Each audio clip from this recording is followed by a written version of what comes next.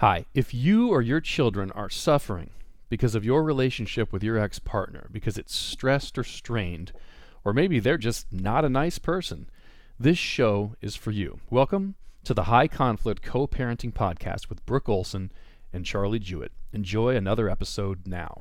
All right, Brooke, we're back for another episode. How you doing today? I'm doing really well, Charlie. Glad to be here. Yeah, this is going to be episode 14, Creating a Strong Parenting Plan, which really is the kind of the foundation for strong boundaries. And we need boundaries with this type of person that most of the listeners are dealing with, right? Man, that is a absolutely understatement. Boundaries are what create the ability to navigate high conflict, and without them, we're lost. And if we can have a good, strong parenting plan, if we can set the boundaries that need to be set, and we can learn how to hold those boundaries, it's the game changer. Nothing happens without this. And the problem that I see so often is that people come into the process. I know that you've experienced this, of starting the divorce process, having the distance between the two parents, everybody wanting to take control and using the children to take control, and not being able to have some level of consistency, to be able to see your kids, to have some rhythm for them to settle. So what we want to really start to do very, very early in the process is to lay out what is really important for the parenting plan, to start to put that into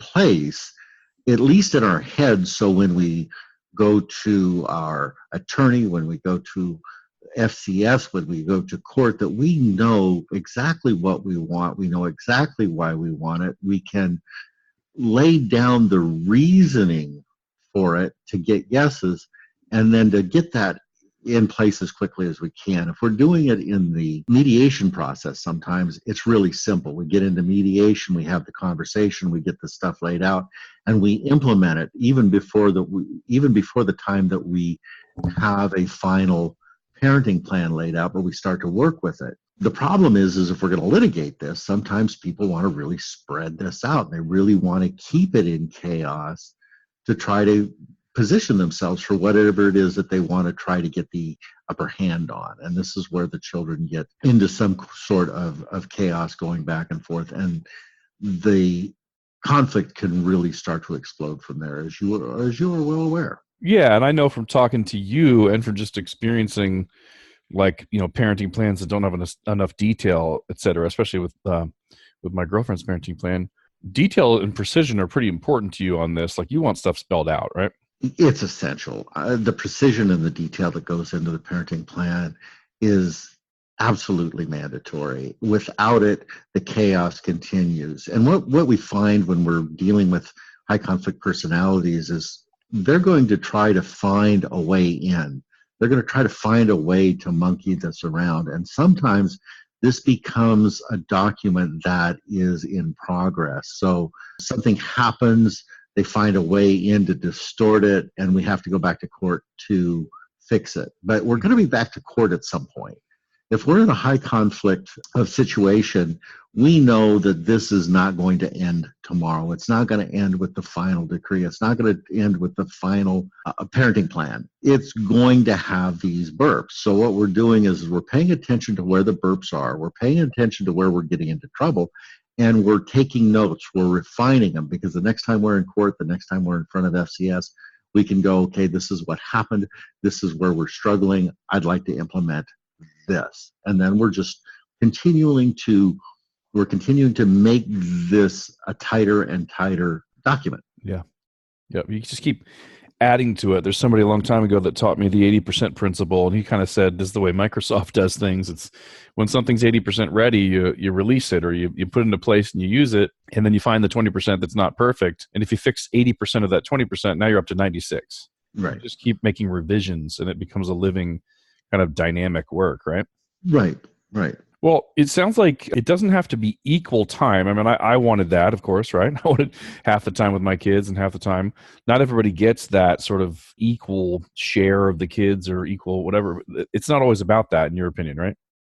Right.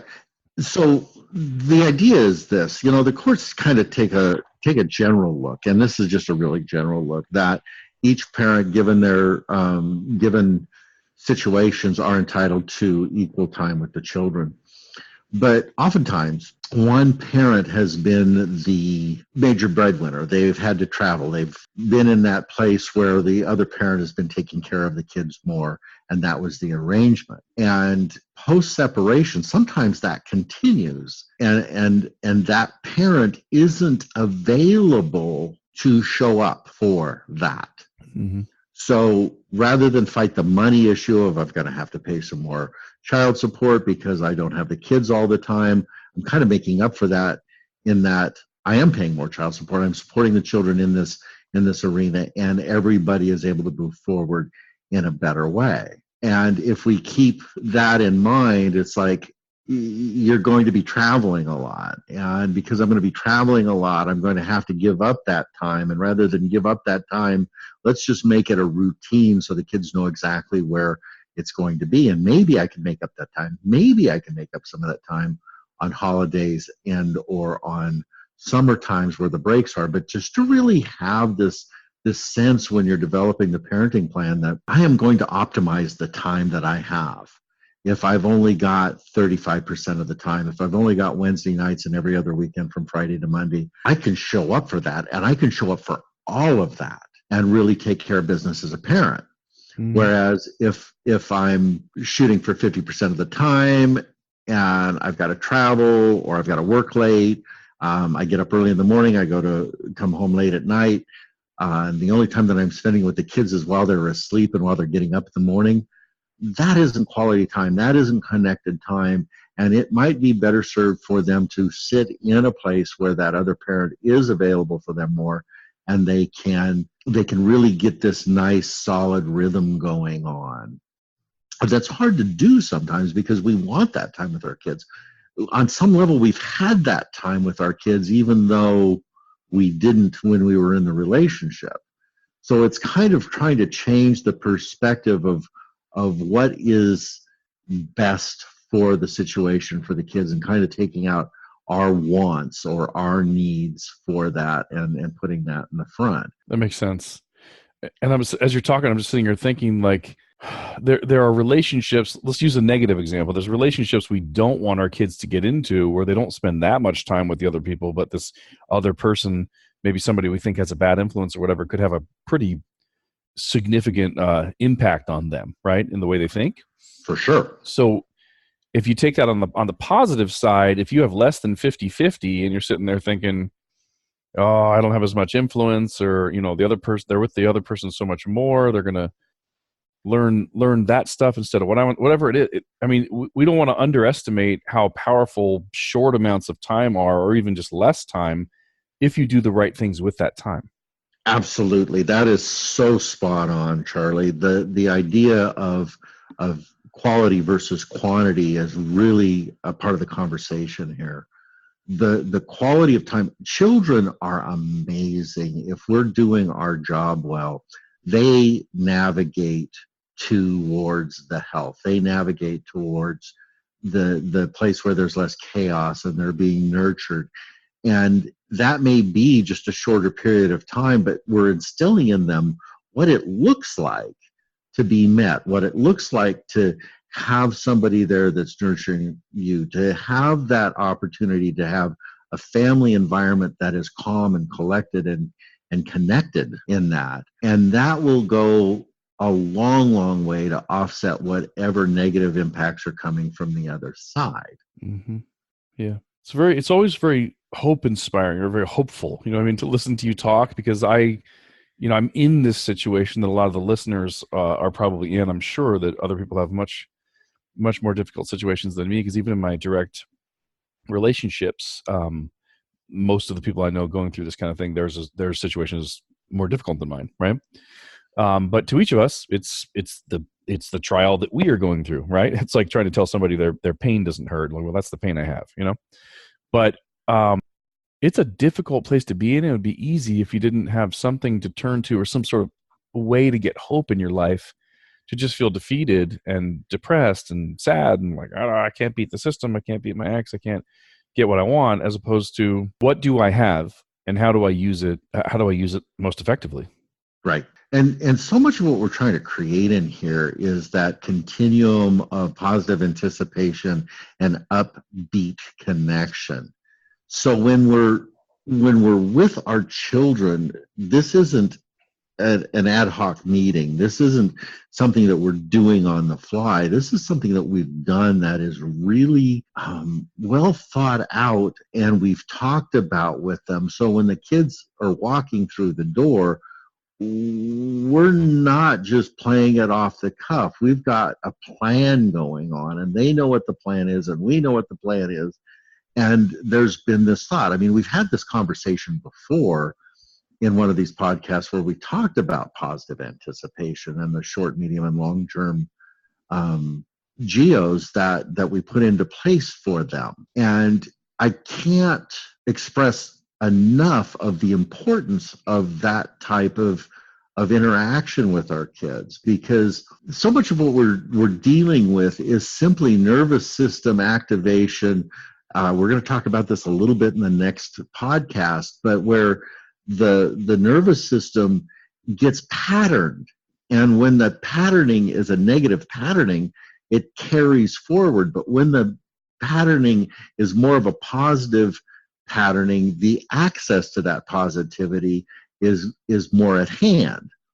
So we want to be able to turn that switch. This is all about hacking that and being able to turn that switch. And that switch is made available by us being available through the constraints of the parenting plan and how we've decided that we can truly show up. Now, there's another side to this conversation as well, because there's a place where we can look at the other parent, perhaps, and I'm just going to flip the page here for a second, where we know that other parent isn't available and they're screaming for that 50-50 piece. And we're going, you know what? That is not the best piece. And that might be, I'm not saying it is the place, but that might be the place that we really press for more. The interesting piece of this is, I've talked about this in the past, that so much of what goes on here is an organic movement toward whatever is going to happen ultimately. So if we've got 50%, and the other parent isn't able to show up for their 50%, we start to take on the load without making a lot of noise. And pretty soon we're starting to find out that there's a rhythm to that, and suddenly we've got more, and we haven't had to go back and ask for more money, but we've got what we're really looking for, and that's time with the children. So it doesn't always have to be a fight for it. Mm-hmm. But there comes a point when this pattern has been established for long enough that we want to make it a permanent piece, where we want to memorialize that in the paperwork so it can't get flipped. Mm-hmm. Because then we've created that. But it takes time to have that place of, this is the norm, this is the status quo, this is what we've been doing, and all I'm here to do is to memorialize that and to make that happen, because the other parent is giving me this time. And if they're giving me this time, obviously they don't want it. Yeah. And It's consistent. So there's ways to really look at this over time where it starts to find its own equilibrium. Got it. Well, you've got some notes here, about the past is the past, and, what will work now. And what's on your mind when you say that? Are you talking about what you just mentioned? Right. That's what I was just talking about, Charlie. That's that place where this is what we used to do. And hey, Brooke, hold on a second. Brooke, hold on. Yep. I just had a microphone issue. Okay. Start with that's what I'm talking about. So that's what I'm talking about, is what we were just in the conversation with. What was past is past, and now we've got a new dynamic. We've got new ground rules. We've got new time constraints, or our time constraints have changed. So one of the conversations that often comes up in this negotiation or this battle for time in the parenting plan is I was the primary caregiver and I should continue to be the caregiver. That person was not around. They weren't involved. I took them to the dentist. I took them to the doctor. I took them to the psychologist, whatever that argument always is. And what happens here is this opportunity to change that narrative. We can have that place where oftentimes, I know for me, when I got my first divorce, I changed my work so I could do things differently. And because I was able to do that, the argument about me not having time with the children was a whole different conversation now. So when we come back to that, like a dad that travels all the time and mom was a stay-at-home mom, well, now mom is going to have this expectation to go back to work and she's not going to have as much time. And dad is saying, listen, I was really scrambling to make this big vision going on. I'm tired of killing myself.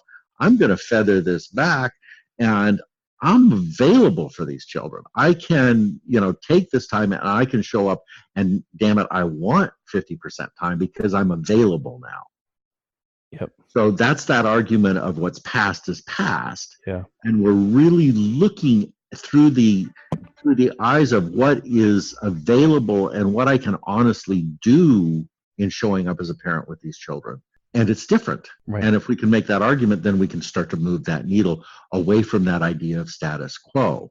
Now, I want to say something here for a quick minute, because jumping from one end of the spectrum to the other end of the spectrum, or dropping from one end of the spectrum to the middle of the spectrum, is sometimes a huge leap. So sometimes when we're creating this parenting plan, we want to put in some step-ups. So we're not going to make this leap all at once, but we're going to do this over 3 months, or we're going to do this over 6 months, and we're going to lay in a day here, a day there, an overnight here, an overnight there to get to that 50% piece. And that wants to be part of the conversation of keeping this children-centric.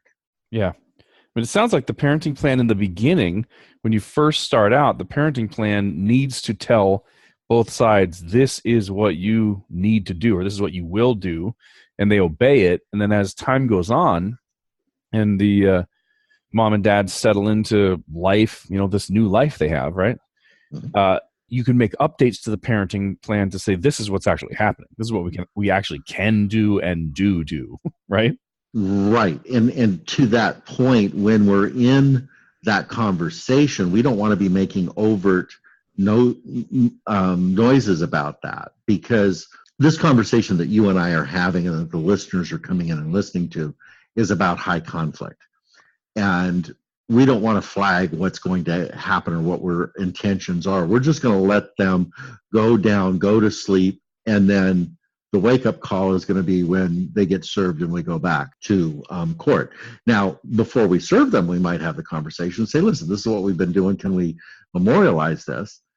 And they'll go, hell no, and they'll tighten back down. But the moment they tighten back down, you can show the pattern of, well, this is what we did, and then they loosened all up. And it wasn't until I asked to memorialize it that they tightened back down.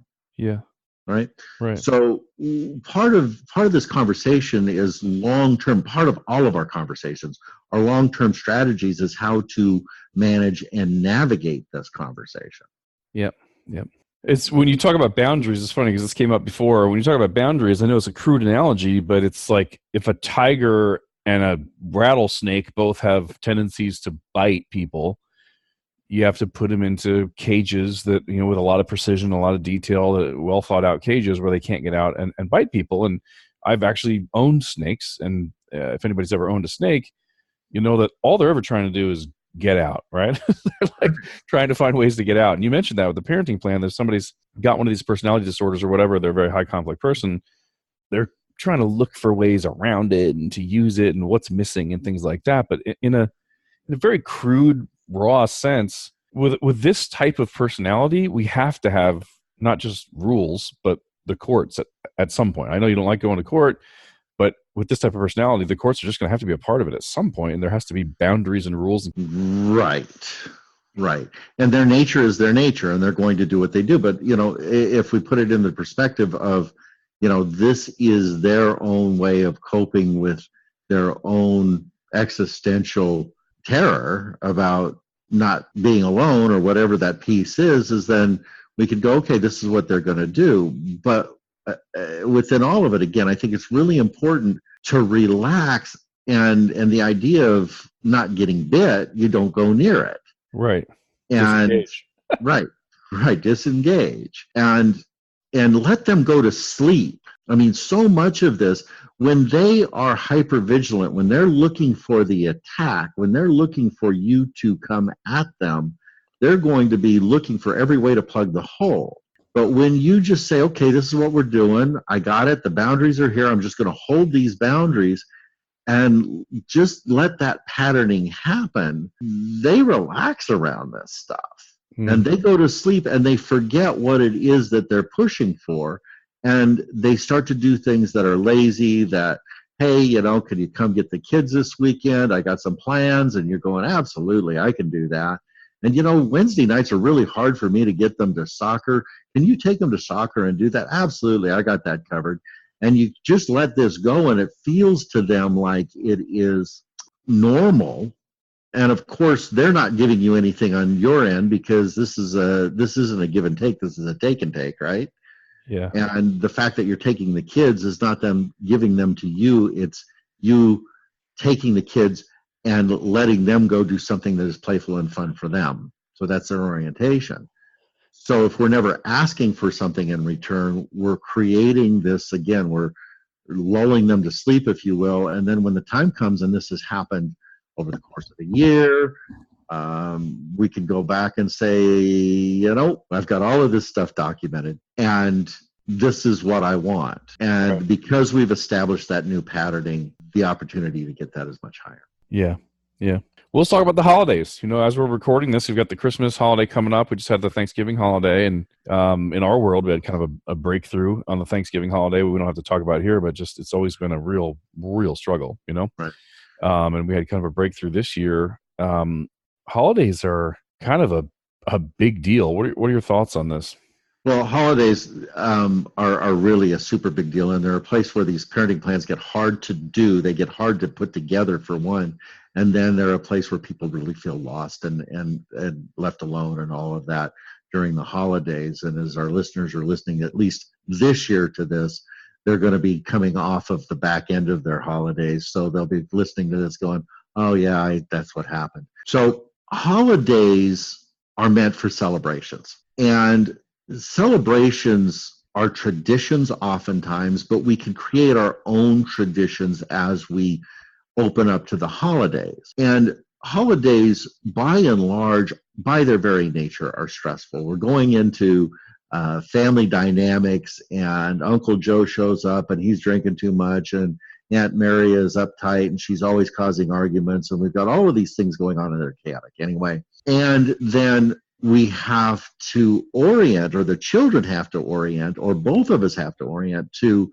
oh, heck, this is 2019. Where are we supposed to be? What are we going to do? How do we plan our holidays around this? So there's a couple of different ways to approach this. And one is to set the holiday seasons so they're the exact same every single year, so nobody has to go this or that. And that requires at least one of the parents, oftentimes, to loosen up around what their beliefs are that they really want or need, and to create something totally out of the norm. So, for instance, a Christmas vacation or a Christmas break for the kids could be split in a way where one parent every single year gets, from the time that the kids get off in school to December 27th. And that's the day that the exchange makes. And that means that one parent doesn't ever have that traditional Christmas. But what it means is when the kids get there, they have a full week to have a new set of traditions that they can do and create their own celebrations around that. Right. And that means kind of breaking that dogma of what the religious holiday really has been made out to be, because the distortions in that are a whole other conversation for us.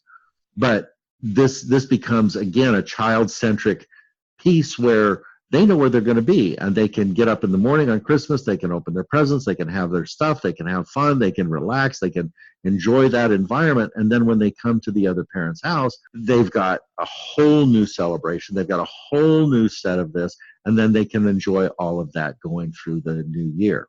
That's just another way to look at it. The same thing with, splitting spring break, with splitting the fall break. One takes 1 week, one takes the other. Do we have to flip-flop them? Maybe, maybe not. What would it be like to be consistent with it year over year, so everybody's not always looking at a calendar saying, what are we doing, where are we going? And part of that requires us looking at this and going, what's really important? Yeah. Even having the ability to go, what's really important for the other parent?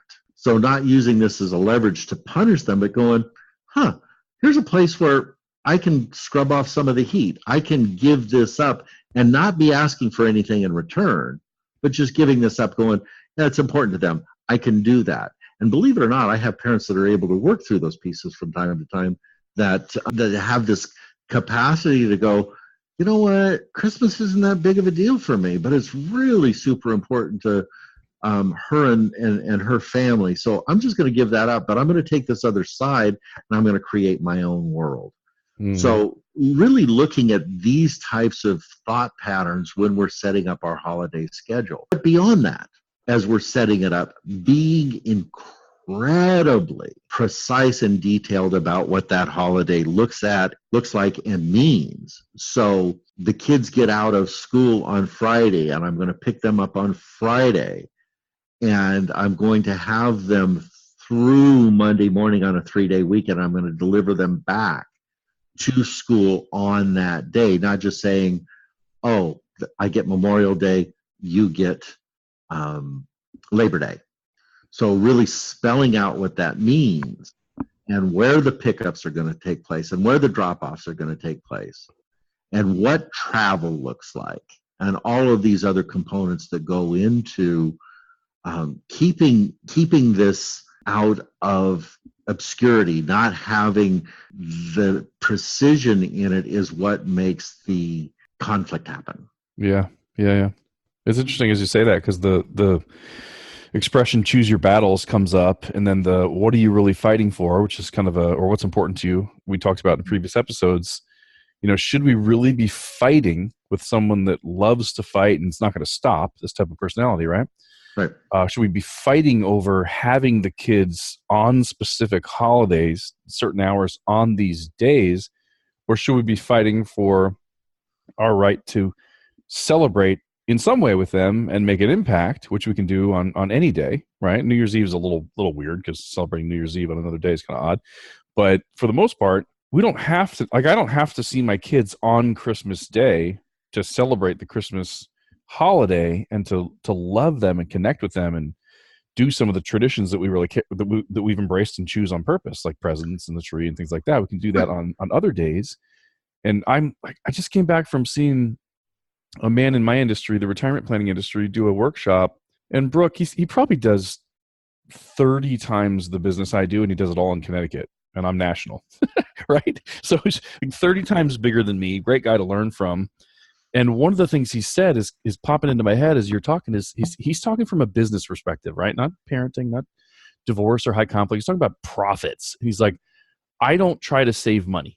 I pay for predictability. And he's saying things like, if you're using one, mail shop to fill your seminars and somebody comes along and they're 3 cents cheaper per mailer, he's like, I don't do that. I pay for predictability. I want to know what's going to happen and that it works, right? Mm-hmm. And you're reminding me of that here is you're so much better off knowing when you're going to have them and having them without conflict or eliminating it as much as possible. And I'm talking about the parents. Gosh, for heaven's sakes, the kids are the ones that really suffer when there's not predictability and they have no idea whenever they're going to be anywhere. And I've seen this in other relationships where the mom asks the kids, do you guys want to do this? And like, I don't know, you have to talk to dad. And then she asks the dad and they're like, I don't know, it's up to the kid. And like, no one knows anything, right? Predictability and consistency and having a schedule is much healthier than, let's say it this way. No kid is going to grow up and turn into a psychopath because they didn't see their dad on December 25th. Right. If on December 27th, they were with their dad and had an amazing connection. Right. And shared gifts and eggnog and music.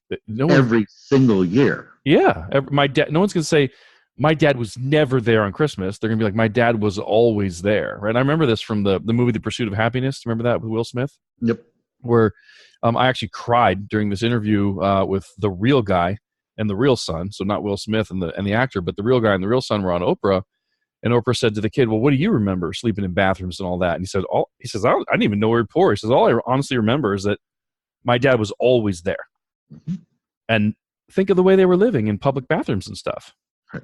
Just be there. So holidays, that makes sense. Now, you're the only person I've ever heard talk about this. So I'm really interested in this next piece, where to pick up. Because my parenting plan's always been, pull up to the curb, don't get out of the car, and let the other parent bring the kids out or whatever. You know what I mean?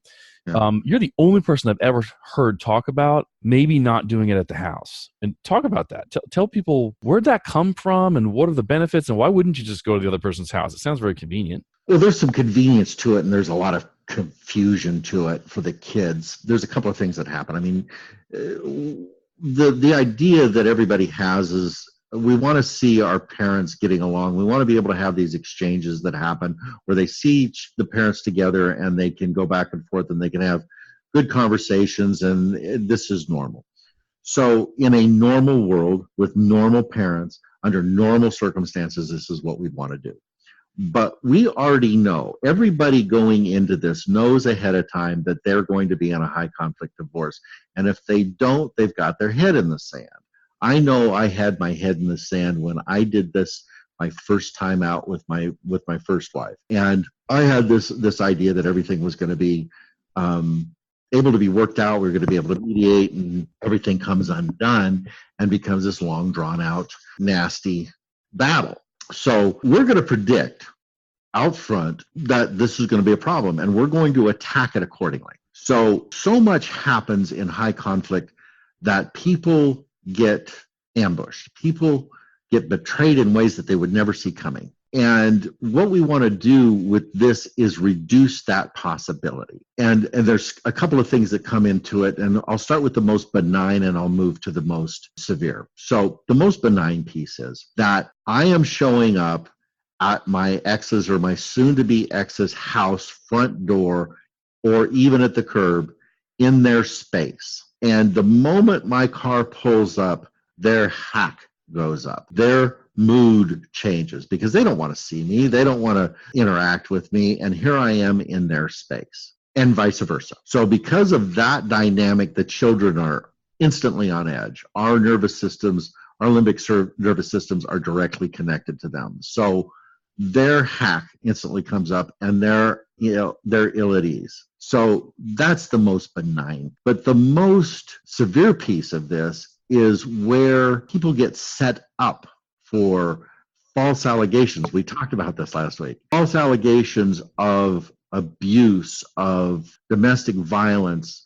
I've had people come up and get right up into somebody's window and then do something that leaves a mark on their body and then call the police. Because we're in proximity of them, the opportunity for something like that to take place can happen. And when the police show up and somebody's got marks on them and they can't decipher what actually went on, somebody's going to jail. Mm-hmm. And when somebody goes to jail, then we've got room for a restraining order, and then the kids are gone until we get that all sorted out. And this is the problem of home pickup and drop off. So what we want to create is a place where that can't happen, where we're in a public surrounding. If we have to do pickup and drop off at home, I'm going to have a camera on my house. I'm going to have something there that is going to record what's taking place, so this doesn't get pulled out of context and I end up in trouble, a little body cam, whatever it is. But this seems extreme when we can actually do it differently. So if we do our pickup and drop offs at public places, most public places, McDonald's, Starbucks, the store, whatever, there's cameras available, and people are less prone to act out where they can be seen.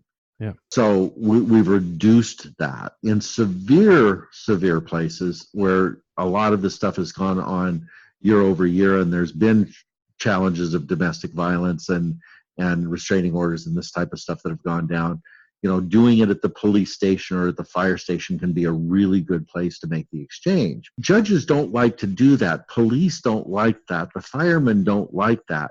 But I really don't get too wrapped around that conversation, because all I'm trying to do is set a tone of, we're in front of a place where people of authority are, people that can take action are, whether they're inside or outside, there's a camera there. Mm-hmm. And the probability of somebody acting out in that environment goes way down. Now, the best place to do the pickup and drop off whenever we can is at school or daycare. The beauty of that piece and working that into the parenting plan is it's kind of a natural transition for the kids. Yeah. They get dropped off in the morning at school by one parent, and that night they're picked up by the other parent. So there isn't this opportunity for face-to-face, which causes anxiety in everybody's world, yours, theirs, the kids, everybody's. And we can pick them up from school, daycare, and then we can start our routine. We can start our transitions that we've talked about in the past and bring them into our world and just kind of make that happen. So when that can take place, this is the best option, I think, across the board. Yeah, if you can not have to see the person at all, right? Right. And if I don't have to see the person at all, and the children don't have to see us in the same environment, their nervous system has a little more continuity to it, and their anxiousness doesn't come up as well. Yeah, I've seen this in a friend's life where going to the house is called trespassing, right? Even though the court order says to do this, shipping anything to the other parent's house that the children asked you to buy for them is met with, legal ramifications and stuff like that. And then attending events and sitting near them while you watch your kid at a play or at a sporting event is called invasion of privacy and all kinds of terrible things. I mean, with that type of person who's that damaged in their thinking, just staying away and not having to see them as much as possible at pickups and things like that, it's going to be helpful. Way more helpful. And then you have, who can pick up and who can't. And in my world, I don't have any way to relate to this just because I pick my kids up. My girlfriend picks her kids up. There's never been any other differences. But are you talking about two things I'm thinking you might be talking about? One is just being clear who's allowed. Can grandpa do it? Can stepmom do it or whatever? Or is this more like you talk about with email? Like if you got a crazy ex, don't even read your own email. Have a surrogate read them. Are you talking about that kind of a thing? Like have somebody else pick them up so you're just not there to get into a fight or whatever? Yes. Both? All of the above? Right. Both are important. Yeah, because sometimes, having somebody pick up so I don't have to have that experience, and I don't have to have the children experience that because there's somebody that is more benign, that, again, back to this idea of somebody watching, where somebody might not act out as much as they would if I were the one doing the pickup. Yeah. So that could be one part of the conversation. One conversation that I have with parents from time to time. So one of the things that I will sometimes do with my clients is have them hire a professional exchange monitor to do the pickup and drop off. And that keeps the parent who's got the anxiousness about this out of the mix. I've got a professional that can write about any of the acting out that the other parent is doing in real time. And again, I've put somebody else in the middle of this who is got the capacity to be neutral in it. So the kids don't experience this craziness, and we've got an opportunity to actually take things down a couple of notches. Yeah. Now, the other piece of the who can pick up is, so I don't like your new girlfriend. I don't want her picking up the kids. Well, is that a fight I want to make? Yeah, maybe not, because that is me putting that person in their face, and I'm adding to it. So if I say, okay, I'm good with that, but our neighbor Susie down the street is, and Susie, so she's going to pick up the kids, or she's going to be on the list of people that can pick up the kids. So if for some reason there's something going on, that can happen. Who do you want on the list that can pick up the kids if you're not available? So get this conversation out front, so we're not dealing with it on the fly, because this is one of the places where things really go south. I mean, things can really get crazy. Yeah. And for what? Because it's somebody trying to exercise some control. So, if there's somebody that we want to be able to pick up the kids that the other person is dead set against because they feel threatened by them for any reason, and whether it's real or imagined, that's not an argument we want to step into. Yeah. But what we want to step into is taking the time out front to make sure that somebody else can pick up the kids other than me if that should occur at any time. Yeah, having somebody written in there Right. that can do it because stuff comes up.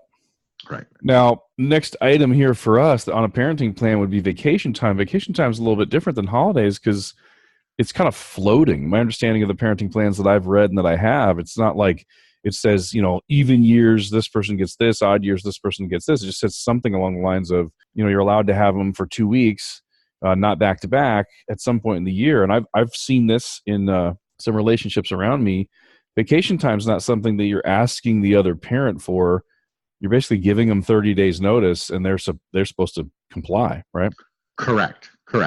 Now, there's a piece in this vacation time that I think is worth taking a few minutes for consideration. So somebody has an idea that they want to do something, and that vacation happens to coincide with something that the other parent wants to do.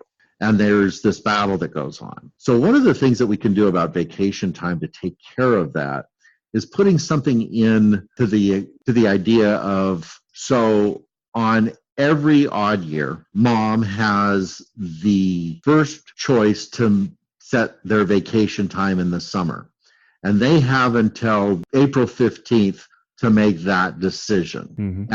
And then it becomes an open book where the other person can book their time, whatever they want to do. But they have that opportunity for that first option because there may be something that is planned, that's a family event, that is, off to Europe or whatever it is, that they can do that and not have this crossover of, oh, wow, I wanted that time too. So, and then to flip those years over years can take some of that stress away. And then this also strong statement that if we have identified our holiday times, which we've just talked about as being really precise, that vacation time is not holiday time. So because I take the kids out of the state over spring break, because that is my break time, that is my holiday time with them, that doesn't count as vacation time that I can't take them out of the state during the summer or another holiday or whatever.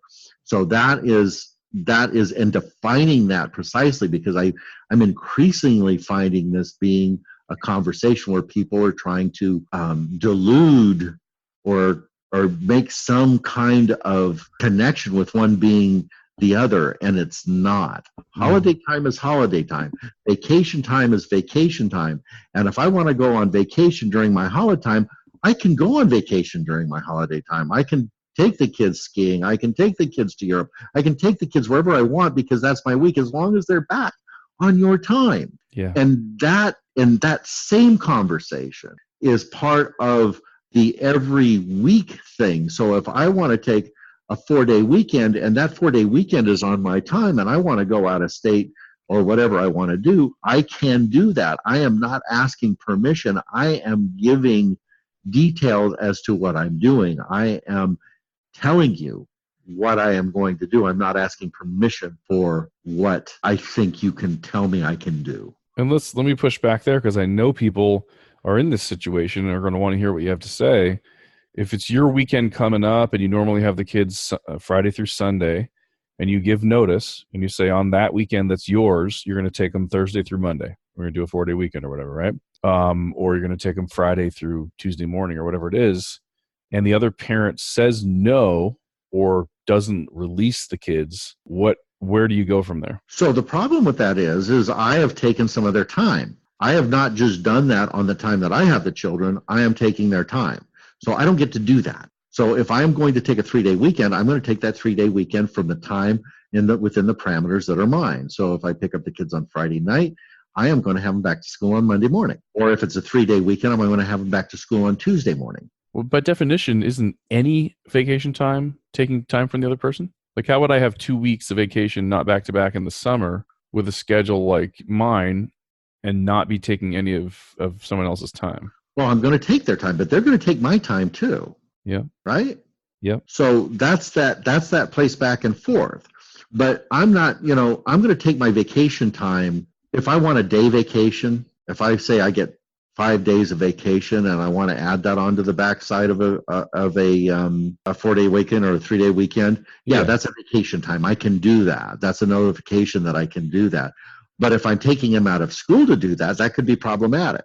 No, I'm talking about regular stuff. Like if you're allowed to do it, and any normal couple getting along would be fine, and the person refuses to release the children or pushes, you gave 30-day notice, and they won't let it happen. They put a squash on it. If it's written into my parenting plan that is my time, and I've done all of the things that I do, I just have to go into court, grab my attorney, go up to a judge, ex parte, and say, listen, I've done everything that I'm supposed to do. I've bought the tickets. Everything is here. They're not releasing the kids to me.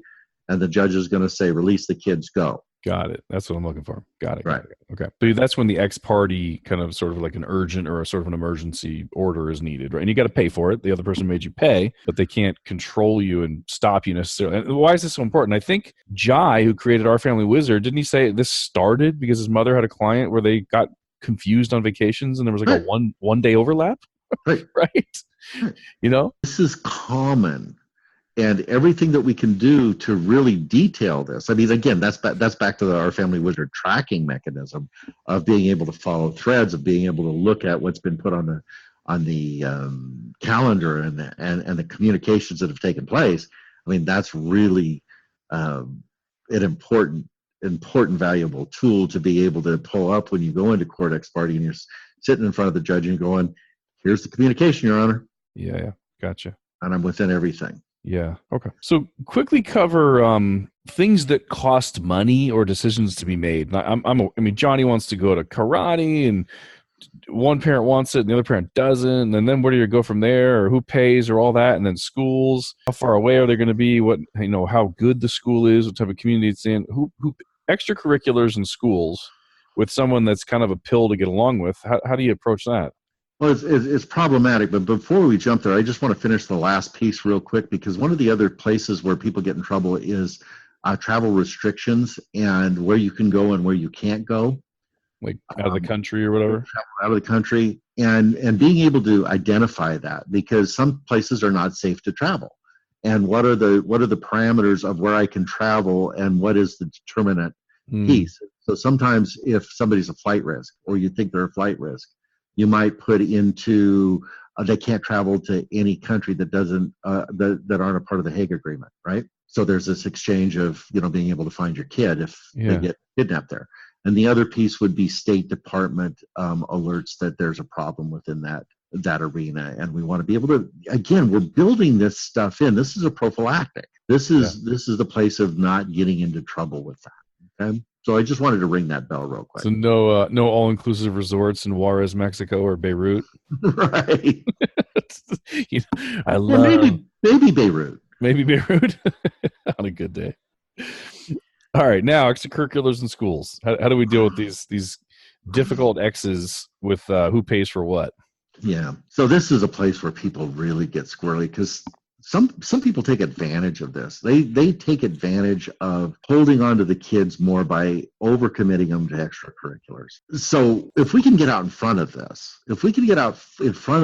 with our first round negotiations or in court in front of a judge, we're going to say, what is reasonable extracurriculars for these kids? Can they be in regular sports and then be in travel ball and then have coaching afterwards and have this be year around, right?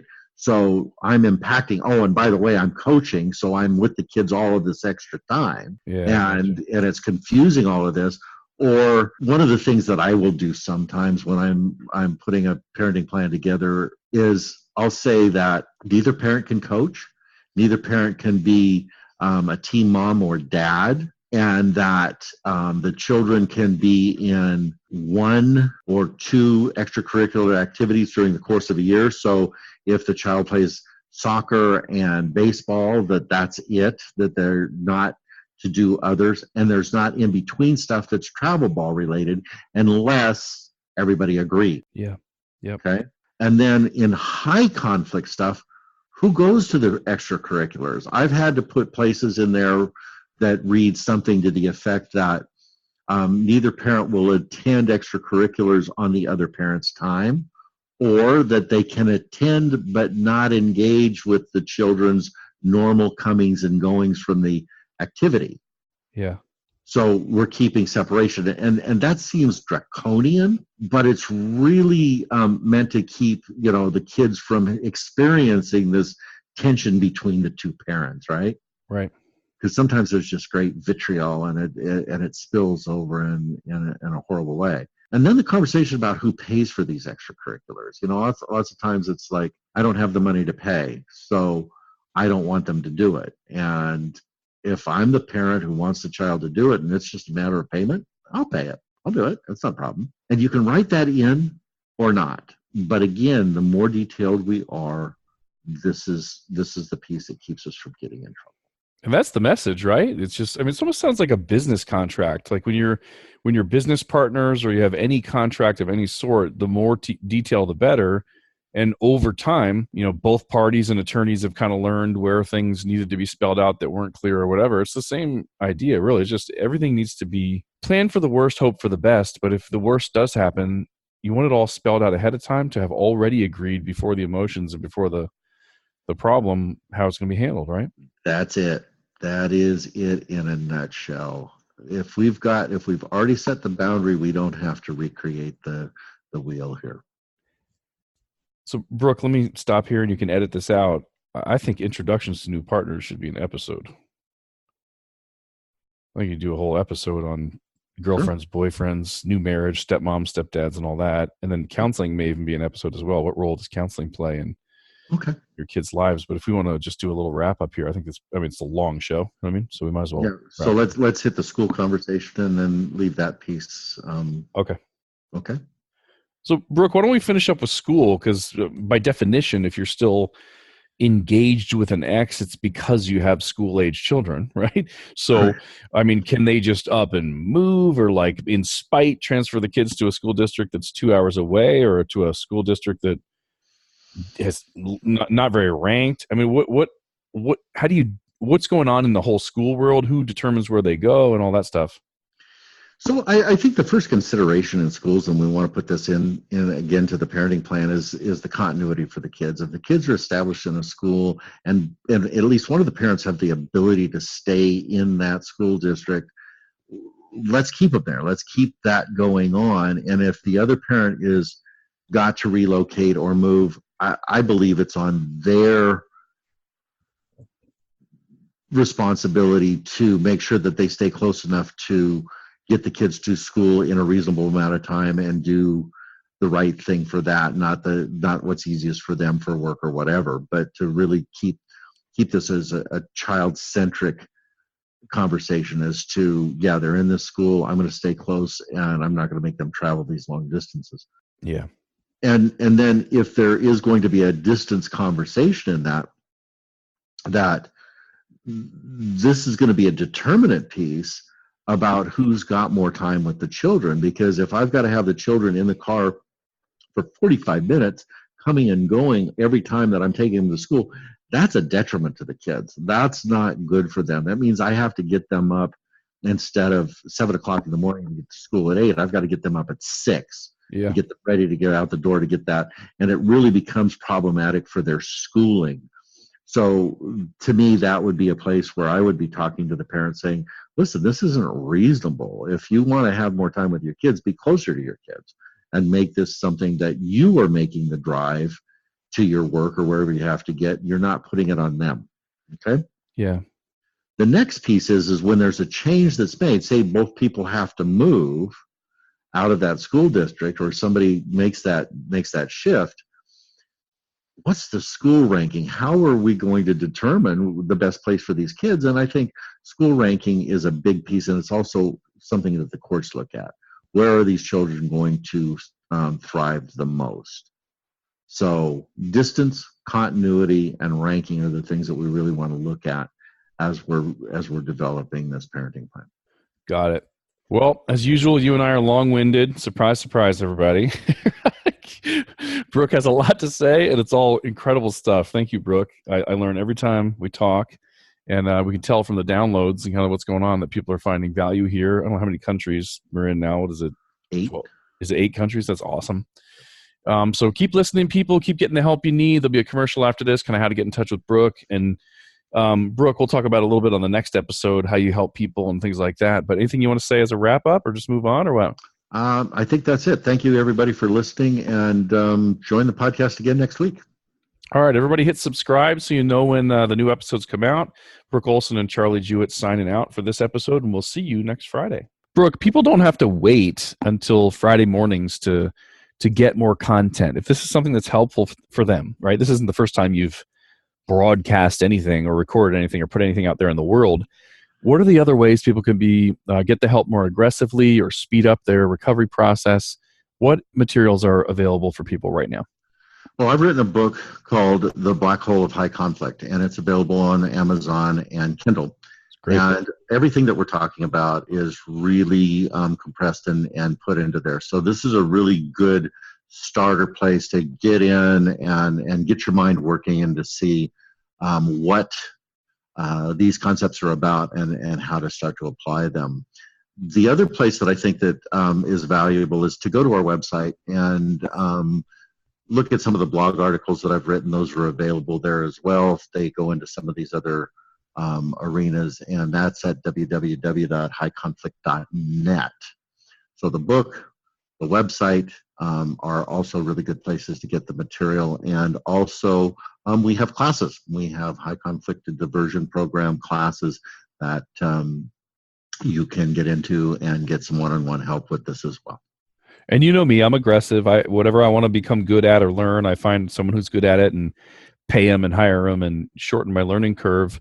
What if somebody just wants your help? Somebody says, Brooke has this information. He's good at something I'm not good at yet, and I want to work with him. Do you have any type of coaching or consultations or anything like that?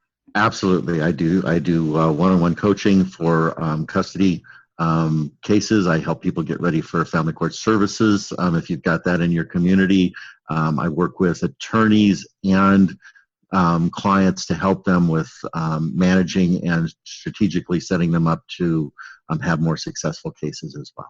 And how do they reach out? You want them to just go to the website or email or phone, or what's the best way for them to reach out, raise their hand, and say, I need some help? They can email me. My direct email is Brooke at highconflict.net. That's BROOK at highconflict, HIGH, conflict.net. Perfect. That's everything everybody would need to get some help, right? Absolutely. Thank you, Brooke. Thank you, Charlie.